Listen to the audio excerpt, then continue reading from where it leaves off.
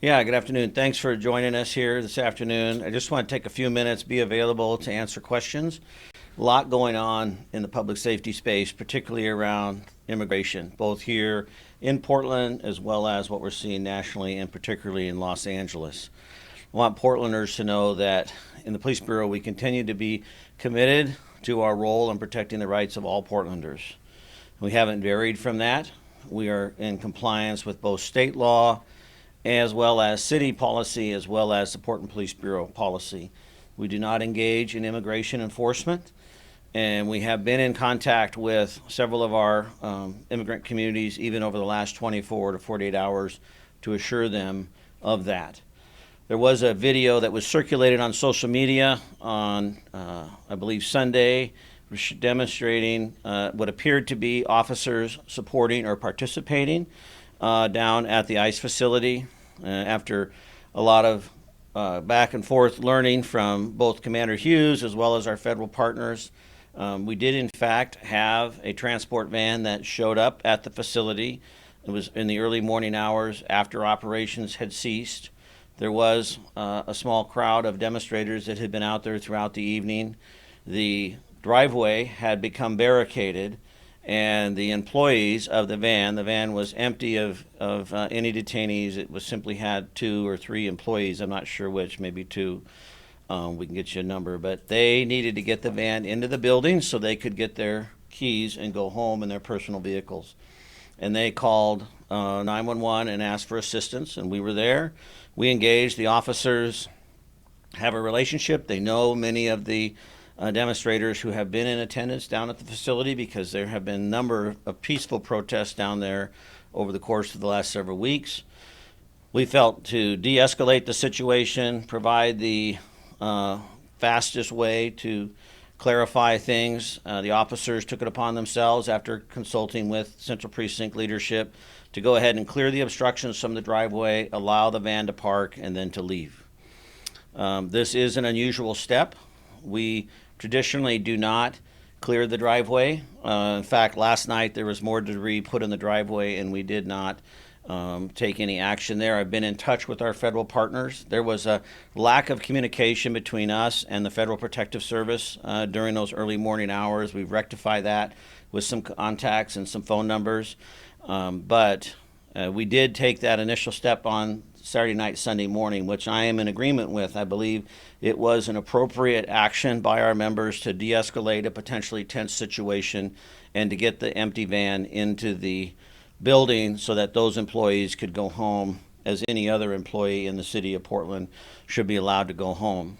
Going forward, as I said, we will not be clearing stuff from the driveway of the facility, and also we will not be engaging with any kind of perceived or actual support of vans or transports or anything of that nature, and we're making that clear to our members as well as to our federal partners, and they are in agreement with that. They do not want to put us in a position, and they understand the confusion. I apologize to the community for that, and we intend to clear up some of those lines of communication going forward.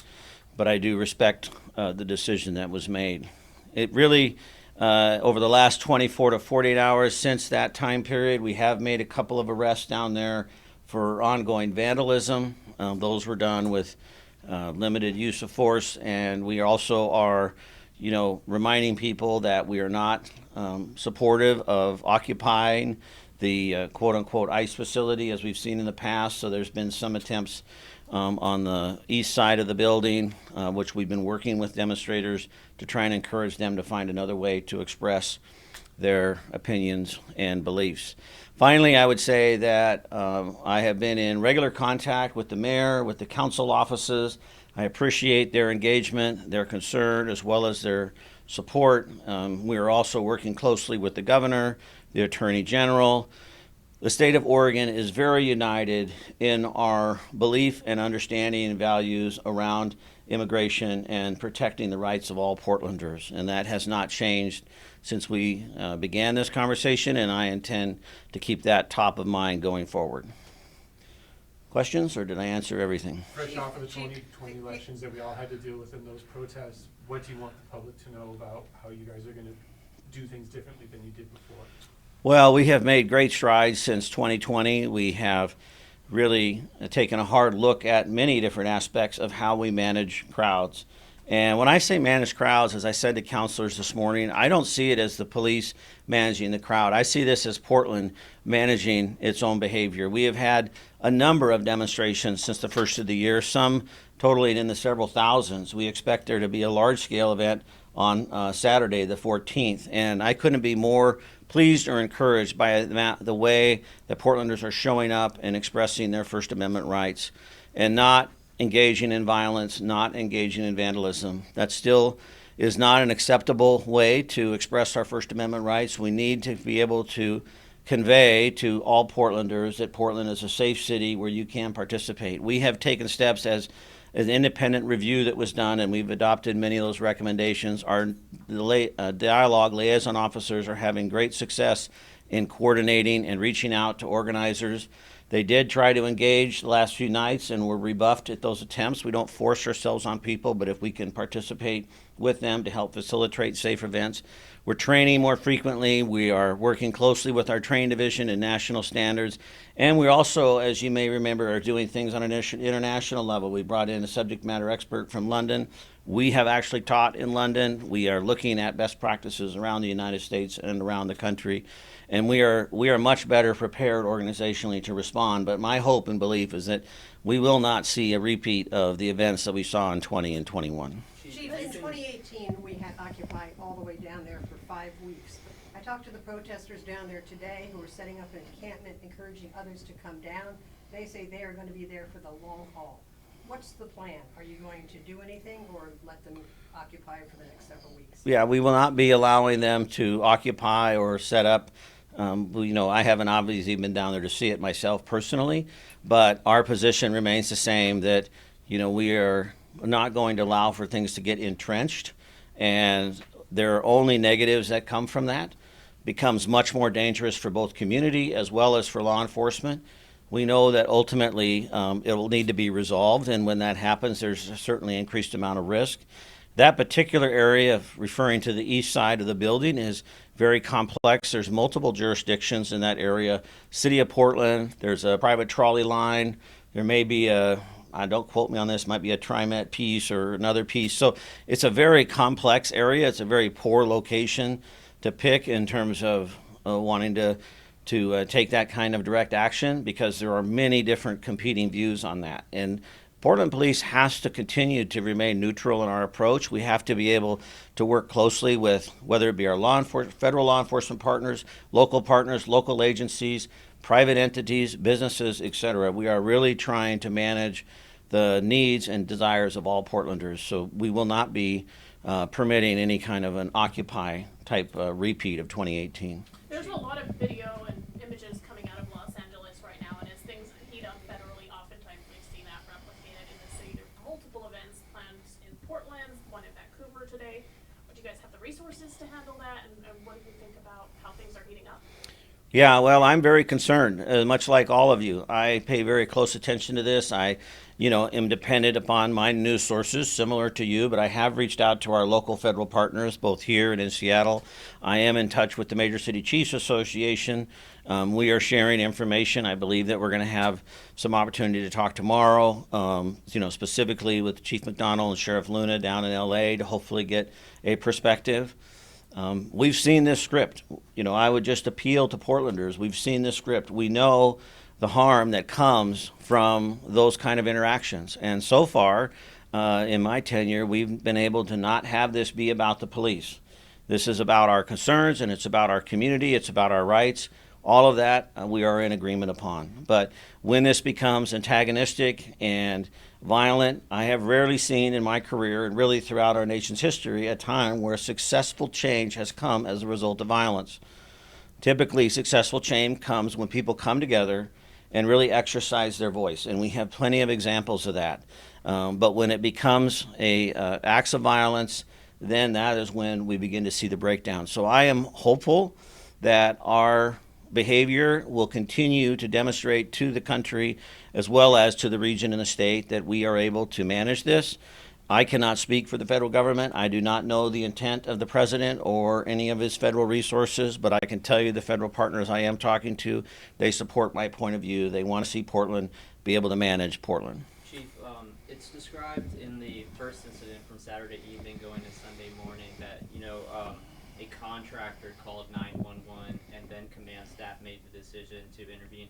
If you were Commander Hughes, could give some sort of timeline about when that call was made and then when command staff ultimately made that. Can you do that, Commander Hughes? I sure can. All right.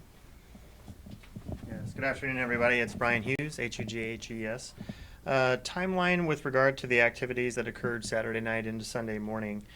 At around 11:09 p.m., we received calls from citizens down in the area about noise occurring, banging on signs. And then at 11:54 p.m., 2 area residents came to an officer that was on scene to complain about the noise. At 12:43 a.m., a contractor called the Bureau of Emergency Communications to complain that they were unable to get their van into the ICE facility. That resulted in a dispatch making a notation into the call, alerting the officers that were on the call that the driver of the van needed to park the van and get their personal vehicles and go home, as the chief mentioned. The on-scene incident commander, which was a night shift sergeant for the Portland Police Bureau, contacted his command, including myself and Captain Jones, and we briefed a plan on how to resolve the incident peacefully. At 1:32 a.m., with enough resources in place, officers were able to clear the driveway of debris. They entered onto the driveway by about 20 to 30 feet. It's pretty clear in the video. And for a very brief period of time, removed the debris from the driveway. By 1:51 a.m., officers were clear of the ICE area. And I guess Chief or Commander Hughes, I'm not trying to throw you into an either-or situation, but... Oh, come on, Zaheem. I mean, that's what this is all about. But I'm imagining maybe the conversation would have been different if the transport van wasn't empty. Correct.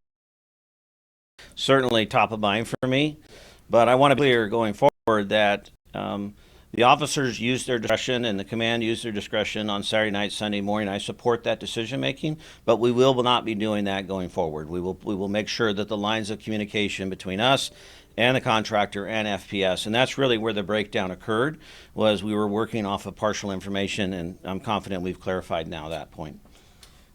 Was the city attorney's office consulted at all in this process? And can you speak to, how you would talk to folks about this being an instance where you have this state law that says do not assist? What would you tell the folks that this is a good opportunity for that discretion where you did assist? I'm going to go out on a limb and say you didn't call the city attorney at 2 in the morning? Or, okay, so no, the city attorney's office was not consulted on this particular decision. Of course, we work closely with the city attorney's office, on a regular basis around this.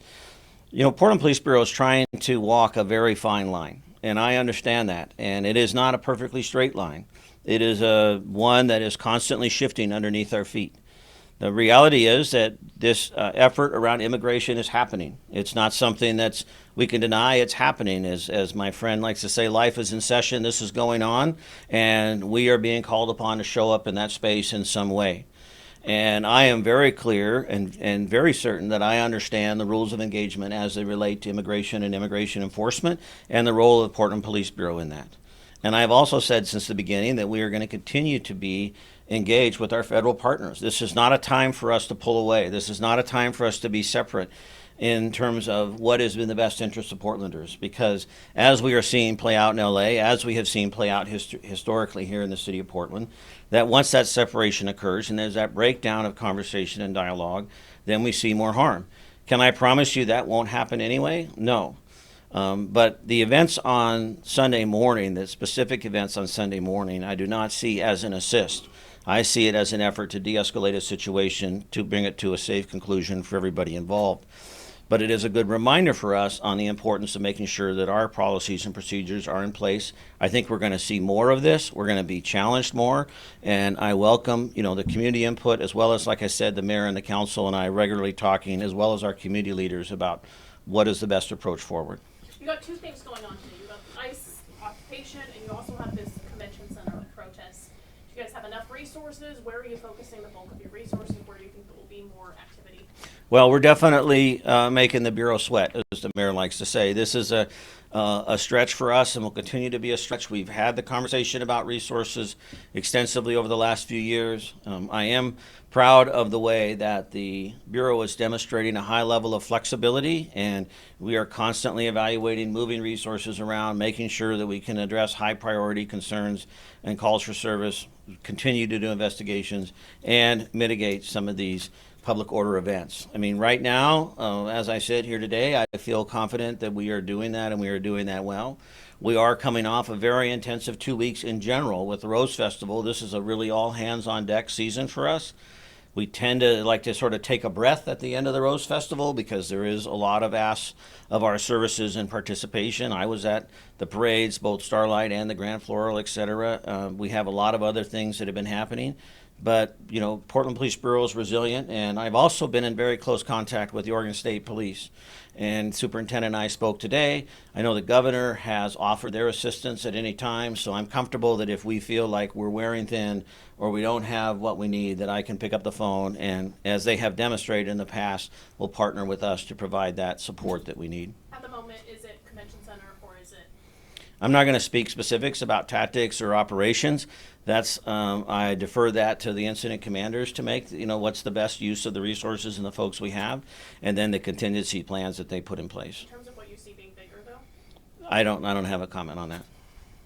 Chief, I just want to raise one thing that you put out earlier this year, a letter and a Q&A that lists out where police might help them, may or may not help immigration. Mhm. There's like a paragraph in here that talks about, officers are authorized to respond to emergency calls for cover assistance, to have a code 3 cover, injured officer, shots fired, specifically those requests from ICE, CBP, or, I guess you called this an unusual step. Is this policy kind of written here, what you're gonna follow moving forward, or?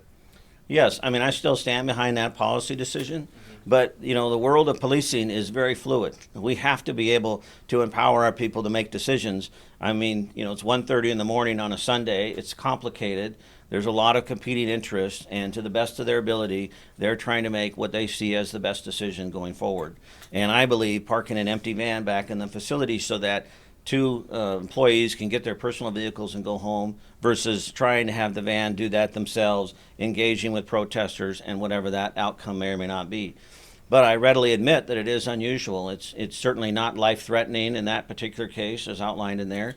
So that policy remains, but we cannot be static. I mean, one of the areas where we struggle, both in policing but also in our relationship with one another, is when we are so bound to a certain set of beliefs that we are not able to see the competing truths that exist. Two things can be true at the same time. And it's in that dissonance where we, I think, come together, where we grow, where we learn, where we get better, where we get more effective. But if we just stand on one side or stand on the other and point fingers or blame or not look for ways to bring us together, I think that's where the harm occurs. And so, I think those people, those officers, used a way to manage that dissidence in a safe way, and then we're done with it. I think we're good. If you could say one thing to both the people that are down there demonstrating as well as the people of Portland, they're two different groups. What would you want Right. to say to them? Right. I'm not sure that they're two different groups, but I would speak to any Portlander that has a passion and a belief around this issue or any other issue, that you live in a city that welcomes this dissent, that welcomes the opportunity to express disagreement, even with your leaders, whether they be your direct leaders or your national leaders. We have a long, proud history of that, and we welcome that. But I am constantly reminding us that, there is no room for violence, there is no room for vandalism, and those actions will need to be addressed, and they will either be addressed in the moment or potentially addressed later. I'm in alignment with this with the mayor, with the governor, with the district attorney, with the sheriff, and many of our civic leaders. Folks, my concern is that if we get distracted, we're going to actually lose the ability to have the conversation about what's really happening. Right now in Los Angeles, nobody's talking about immigration. Right now, everybody in Los Angeles is talking about the federal government. They're talking about the National Guard. They're talking about fights with the police. They're talking about riots. They're talking about arrests. They're not talking about immigration. And I would argue that some of this was lost in 20 and 21, where the message was lost. What has changed? What is better today for Black Lives Matters and others today because of our work in 20 and 21? It's limited. There has been some growth and some change, but what is Portland known for? Portland is known for the anarchy and the destruction that occurred, and we continue to battle that today. And now Los Angeles is facing the same challenge. I understand that Portlanders are angry. I think there's absolutely an appropriate place for anger. I have certainly expressed my own anger and frustration over a variety of challenges in my lifetime. But I rarely make good decisions when I'm angry. I rarely make good decisions when I'm angry. And what I'm asking Portlanders to do is to find a way to express that dissent, to be able to come together and message, whether it's to the police chief, whether it's to the mayor, whether it's to the governor, whether it's to the president, their concerns, and then understand that the system is working to try and support that. We see that with the governor. We see that with the attorney general, the lawsuits. You saw it in the mayor's statement today, their willingness to take the government to court if they overreach. It's not as if we are passive in our approach, but I do have great concern that we will overstep and cause more harm if we degrade to a level of violence and vandalism. Do you think that the National Guard in Los Angeles is justified being there? I don't have enough information to know the circumstances in Los Angeles and whether the Guard is necessary or not. I do know that, once again, I have heard from several of our regional partners. We have MOUs in place throughout Multnomah County with our law enforcement partners. We have strong relationships with our partners in the Tri-County area and the state police. I'm comfortable that should we have challenges on that level, that we will be able to have the resources we need to deal with it through those relationships, but let's hope that's not the case. All right? Thank you very much. What? I think we're good. All right, Yeah, thanks. You gotta get to your next thing. All right. Thanks, guys. Be good.